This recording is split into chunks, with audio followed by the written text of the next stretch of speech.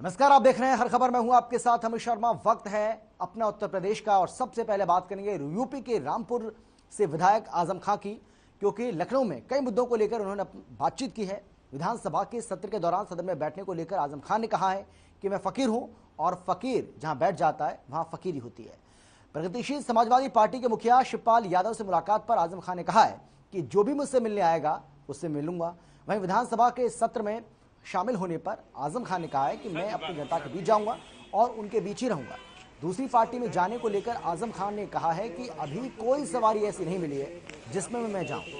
अभी मैं जहाज पर हूं और उसी पर रहूंगा। 40 साल से दारुल शफा में कमरा है, यही सही है। फिर भी मेरे पीछे ईडी लगा दी गई है और पूछा गया कि विदेशों में कहां कहां खाते हैं। वहीं अखिलेश यादव से नाराजगी के सवाल पर आजम खान ने कहा है कि मैं एक फकीर हूं, मेरी नाराज होने की औकात नहीं है। जिनसे एक बार रिश्ता बन जाता है वो मेरी तरफ से हमेशा रहता है। आजम सर, रवानगी हो रही है आपकी रामपुर।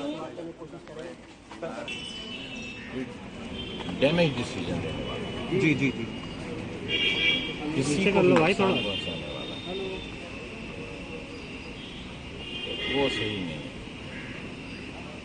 ऐसा सवाल मेरे जो इसके वास्ते रहे हैं और जो अभी तक और मेरी अपनी अब तक की उम्र का ये तजुर्बा है और मेरा अमल ये रहा है कि जिससे मेरा जितना रिश्ता वास्ता हो जाता है, चाहे सियासी हो, गैर सियासी हो, समाजी हो, या आप साहिबान में से भी किसी, तो दूरी की पहल कभी मैंने नहीं। यही वजह है कि इतना लंबा पूछ चुके हैं सफर जिसमें नवाबी और कांग्रेस का जमाना भी था, चुनाव जीतता था उसकी तमाम पार्टियां एक हो जाती थी। ऐसे चुनाव भी हमने लड़े हैं जब सारे पार्टीज ने अपने चुनाव चिन्ह वापस ले लिए, तब्दील नहीं, तो ऐसी कोई बात। विधानसभा सत्र के दूसरे दिन की कार्यवाही के दौरान सपा विधायक रविदास मेहरात्रा ने सरकार पर कई आरोप लगाए और जोरदार हंगामा भी किया। रविदास मेहरात्रा ने योगी सरकार के ड्रीम प्रोजेक्ट जल जीवन मिशन योजना में भारी घोटाले का आरोप लगाया। समाजवादी पार्टी के विधायक ने मीडिया से बातचीत करते हुए बीजेपी सरकार पर निशाना साधा और कहा कि बीजेपी सरकार के पिछले कार्यकाल के दौरान 17,400 करोड़ रुपए का घोटाले का मामला विधानसभा में उठाया था, लेकिन इस पर सरकार जवाब देने से बच रही है। ये भारतीय जनता पार्टी की सरकार का कार्यकाल था, उसमें मंत्री महेंद्र प्रताप सिंह थे। की मांग करें। यूपी से राज्यसभा के 11 सदस्यों का कार्यकाल 4 जुलाई को समाप्त हो जाएगा। खाली हो रही इन 11 सीटों के लिए 10 जून को होने वाले चुनाव के लिए नामांकन प्रक्रिया आज से शुरू हो गई। निर्वाचन आयोग के निर्देश पर यूपी सहित अन्य राज्यों में भी 10 जून को होने वाले चुनाव के लिए 31 मई तक नामांकन होगा। इसके बाद 1 जून को नामांकन पत्रों की जांच होगी। फिर पात्र प्रत्याशियों को उच्च सदन में भेजने के लिए 10 जून से सुबह 9 बजे से शाम 4 बजे तक मतदान होगा। 10 जून की ही शाम को 5 बजे तक परिणाम आ जाएगा। राज्यसभा की 11 में से 7 सीटों पर बीजेपी की जीत तय है, जबकि बीजेपी को 8वीं सीट जीतने के लिए जद्दोजहद करनी पड़ेगी। इसके साथ ही संख्या बल के हिसाब से समाजवादी पार्टी को भी 3 सीट आराम से मिल जाएंगी। समाजवादी पार्टी का प्रयास राष्ट्रीय लोकदल के अध्यक्ष जयंत चौधरी को राज्यसभा में भेजने का है। लाभार्थियों को अनुपूरक दृष्टि के प्रति माह की आर्थिक सहायता प्रदान की जा रही है। प्रदेश में समझौता तो अब राज्यसभा चुनाव के लिए तैयारियां सभी पार्टियों ने शुरू कर दी हैं। सभी पार्टियों की ओर से पूरी जोर आजमाइश राज्यसभा चुनाव के लिए की जा रही है। आपको बता दें कि 11 राज्यसभा की सीटों पर यूपी में चुनाव होना है। 10 जून को ही वोटिंग होगी और 10 जून को ही रिजल्ट आ जाएगा।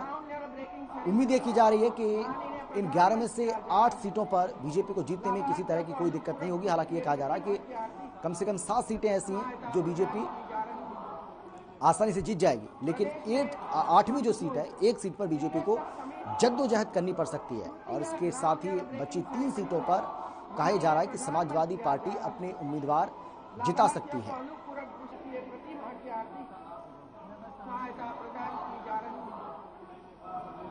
प्रदेश में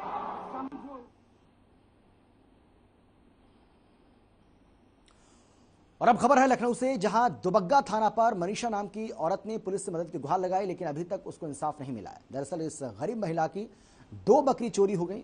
बकरी चोरी होने के बाद जब विपक्षी लोगों को थाने में बुलाया गया तो उनसे पूछताछ की गई, छोड़ दिया गया। लेकिन अब जब भी यह गरीब महिला थाने में जाती हैं तो उसको बहाने बनाकर भेज दिया जाता है।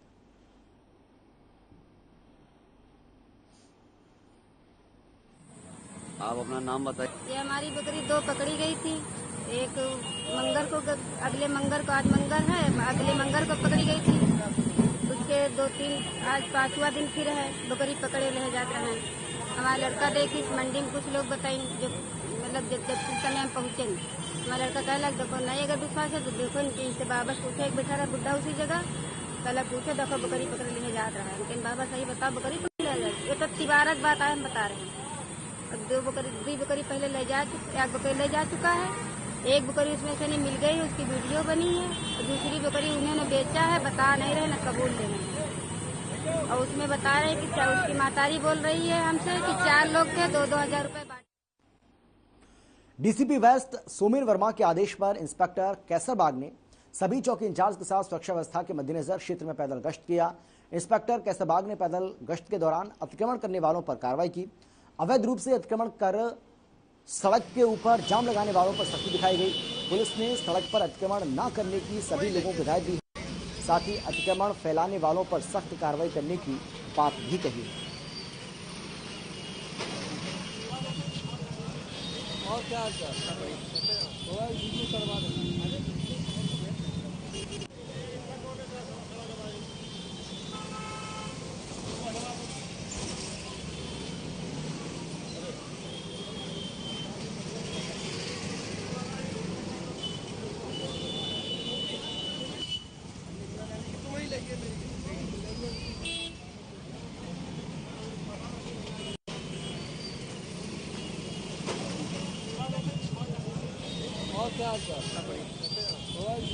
दें।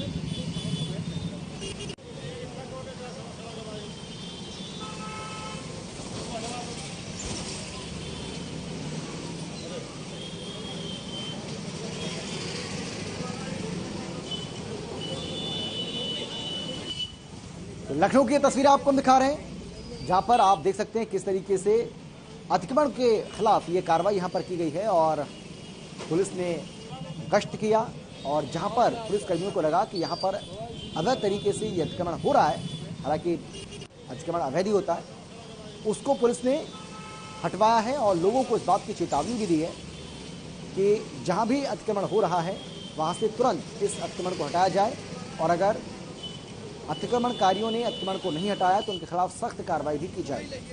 भारी संख्या में पुलिसकर्मी बाहर निकले, गश्त किया, जिसमें काफ़ी संख्या में महिला पुलिसकर्मी भी इनके साथ मौजूद थी, और सुरक्षा व्यवस्था का भी इसके साथ ही जायजा लिया गया।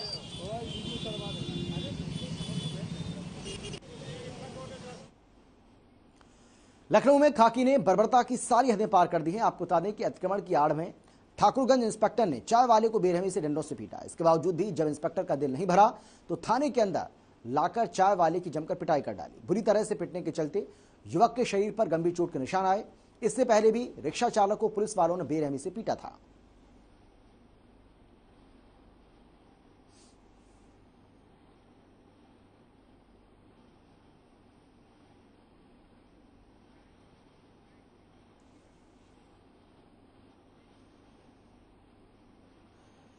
इन दिनों राजधानी लखनऊ में चोरों के हौसले बुलंद हैं और चोर आए दिन पुलिस की आंख में धूल झोंककर चोरी की वारदात को अंजाम दे रहे हैं।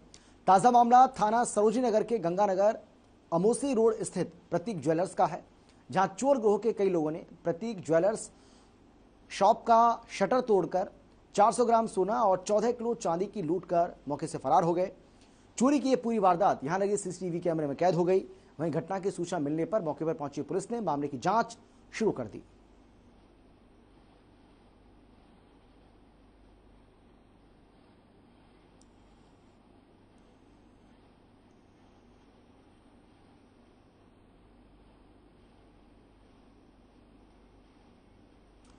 राजधानी लखनऊ में चोरों और लुटेरों का आतंक देखने को मिल रहा है। इस बार पारा इलाके में लुटेरों ने एक नाबालिग के साथ फोन लूट की वारदात को अंजाम दिया है।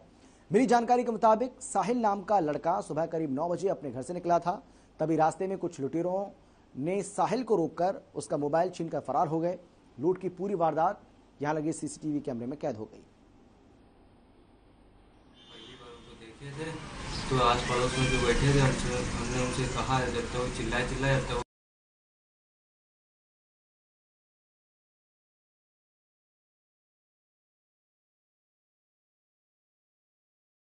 हम हाथ में पकड़े हुए थे तो पीछे से दो लोग बैग से आए तो मोबाइल मेरा छीन के भागने लगे।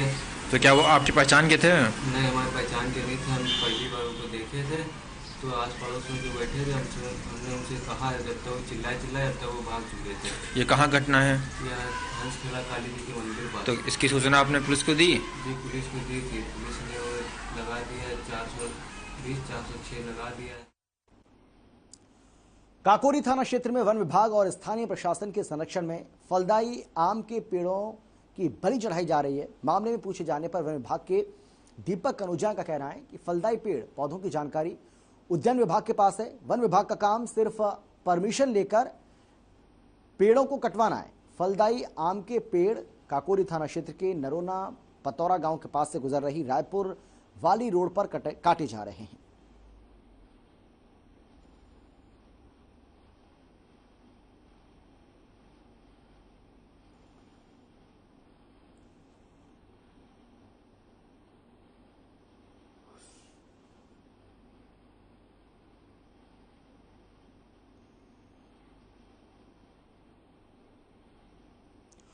नोएडा की थाना सेक्टर 113 पुलिस को बड़ी कामयाबी हाथ लगी है। पुलिस ने एक ऐसे गैंग का खुलासा किया है जो नौकरी दिलाने के नाम पर ठगी किया करता था। पुलिस ने धोखाधड़ी करने वाले 10 शातिर अपराधियों को गिरफ्तार किया है। पुलिस ने आरोपियों के कब्जे से एक Scorpio car, 7 laptop, 17 mobile phone, इसके साथ ही और भी कई अन्य चीजें बरामद की हैं। एडीसीपी रणविजय सिंह का कहना है कि आरोपी फर्जी कॉल सेंटर खोलकर लोगों को नौकरी दिलाने का प्रलोभन देकर उनसे मोटी रकम वसूला था।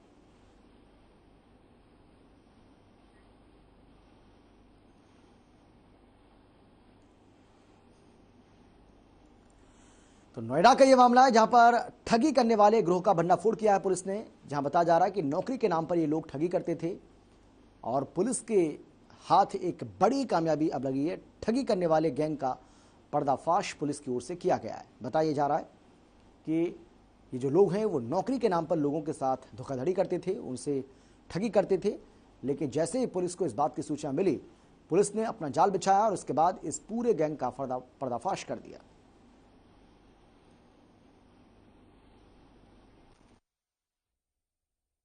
नोएडा जोन की जो हमारी सर्विलांस की टीम है और सेक्टर 113 के एसओ हैं, इन दोनों ने मिलकर के एक फर्जी कॉल सेंटर चलाने वाले गैंग के 10 लोगों को अरेस्ट किया है। बेसिकली हमारे यहाँ 74 में रहने वाले एक व्यक्ति ने शिकायत की थी।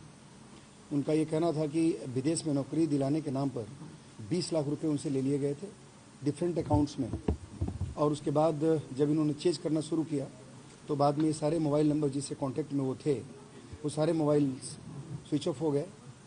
उसके बाद इन्होंने शिकायत की, हम लोगों ने इसमें एफआईआर दर्ज की और दोनों टीमों ने मिलकर काम करना शुरू किया। इसमें हम लोगों ने 10 लोगों को अरेस्ट किया है। ये 10 दिल्ली और यूपी के विभिन्न जिलों के रहने वाले।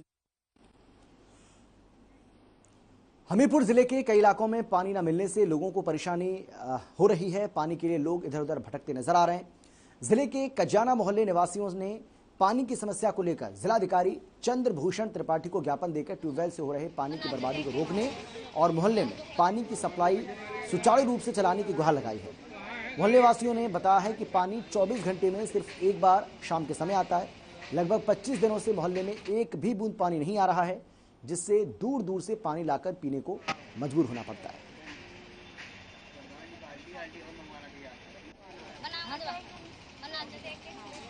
हमीरपुर की तस्वीर आपको दिखा रहे हैं जहां पर लोगों को पीने के पानी की गंभीर समस्या का सामना इन दिनों करना पड़ रहा है। एक तरफ भीषण गर्मी, दूसरी तरफ पानी की समस्या, लोगों की जो मुश्किलें और ज्यादा बढ़ती हुई नजर आ रही हैं और इसीलिए लोगों ने अब जिलाधिकारी से मिलकर उन्हें ज्ञापन सौंपा है।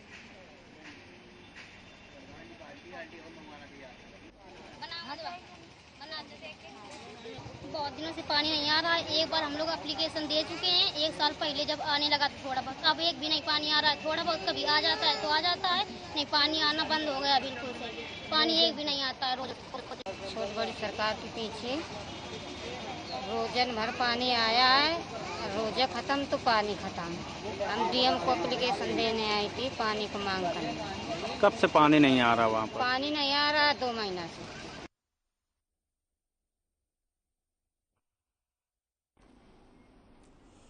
दुदही विकास खंड के जंगल घोरठ ग्राम सभा में पूर्वांचल किसान यूनियन के बैनर तले चौपाल का आयोजन किया गया, जिसमें पूर्वांचल किसान यूनियन के अध्यक्ष पप्पू पांडे मुख्य अतिथि के रूप में मौजूद रहे। वहीं पप्पू पांडे ने आयोजित चौपाल को संबोधित करते हुए कहा कि सरकार की ओर से जन कल्याणकारी योजनाएं चलाई जा रही हैं, जिसमें राशन कार्ड, वृद्धा पेंशन, विधवा पेंशन के साथ साथ बंजर जमीन को माफियाओं से मुक्त कराकर गरीबों में आवंटन करना प्रमुख है।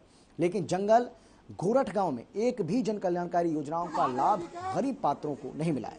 अधिकारियों ने गांव में सभी को सुलभ शौचालय नहीं दिया। आवास के आवंटन में घोर धांधली की गई है। गांव के बंजर बचत की जमीन भूमाफियाओं के कब्जे में है। विकास के काम खातिर तारीख यहाँ चल के अपन समस्या कहब जा और उसे समाधान करब जा। महादेव जी के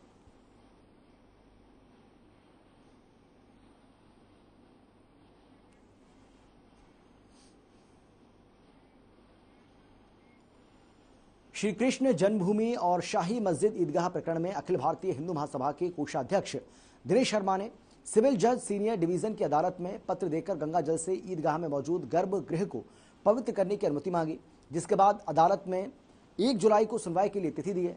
आपको बता दें कि ठाकुर केशव देव केस के वादीगढ़ यूनाइटेड हिंदू फ्रंट के अंतर्राष्ट्रीय कार्यकारी अध्यक्ष जय भगवान गोयल, धर्म रक्षा संघ के अध्यक्ष और सौरभ गौड़ के साथ ही अधिवक्ता राजेंद्र माहेश्वरी की तरफ से कोर्ट में प्रार्थना पत्र देकर कहा कि कोर्ट कमीशन से ईदगाह का सर्वे कराया जाए। उन्होंने आशंका जताई है कि जून में कोर्ट की छुट्टियों के चलते प्रतिवादी सबूत नष्ट कर सकते हैं। इस बीच शाही मस्जिद ईदगाह इंतजामिया कमेटी हाईकोर्ट जाने की तैयारी कर रही है।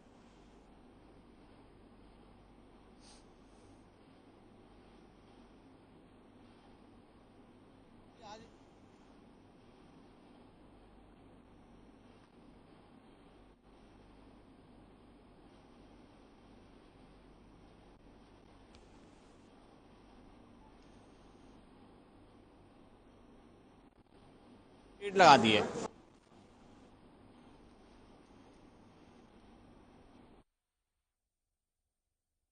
आज हमने माननीय न्यायालय में प्रार्थना पत्र दिया था कि जो प्राचीन स्थान है, जो प्राचीन गर्भगृह है जहाँ हमारे कान्हा का जन्म हुआ था, उसको अब कथित ईदगाह कहते हैं। तो उस ईदगाह परिसर को हम गंगा जल और यमुना जल से धोना चाहते हैं, उसको शुद्ध करना चाहते हैं। तो माननीय न्यायालय ने उसमें 1 जुलाई की डेट लगा दी है।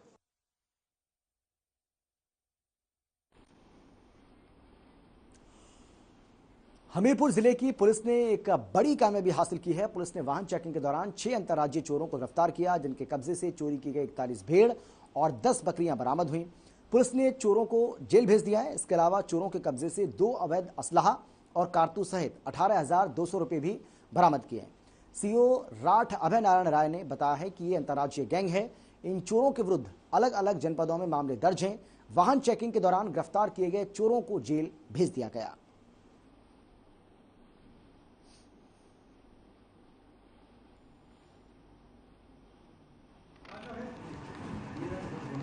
बना लो भैया, फिर बैठ जाओ। किसी का हाथ, किसी का पैर।